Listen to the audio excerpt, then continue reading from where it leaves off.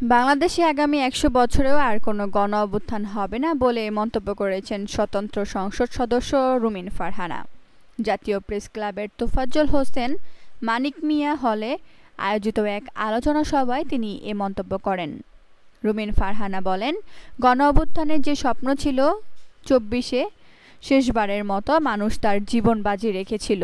তারপর যখন দেখল এটা কতিপয় মানুষের নিজস্ব সম্পত্তি, এটা বাংলাদেশে উগ্রবাদের নতুন উত্থান, অদ্ভুতভাবে কিছু নেই থেকে শত কোটি টাকার মানুষ হয়ে যাওয়ার একটা প্রকল্প, তখন স্বাভাবিকভাবেই গণমানুষ হাজারবার, লক্ষবার, কোটিবার চিন্তা করবে এই রকম গণ-অভ্যুত্থানে যাওয়ার আগে। তিনি বলেন, ২৪-এর গণ-অভ্যুত্থানে হিজাব পরা ও হিজাব ছাড়া নারীরা যেভাবে অংশ নিয়েছিলেন, গণ-অভ্যুত্থান পরবর্তী সময়ে সেই পরিবেশ কেন রক্ষা হলো না? ২৪-এর গণ-অভ্যুত্থানে ঠিক পরেই মুক্তিযুদ্ধের মুরাল ও ভাস্কর্যগুলো কারা ভাঙল? ৭১ আর ২৪-কে কেন মুখোমুখি করা হলো সে প্রশ্ন তোলেন।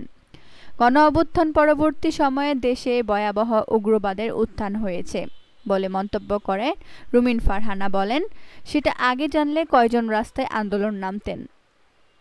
তিনি বলেন, ১৯৪৭ সালের দেশভাগ, ১৯৭১ সালের মুক্তিযুদ্ধ এবং ৯০-এর গণ আন্দোলনের পরও দেশের মানুষ প্রতারিত হয়েছে।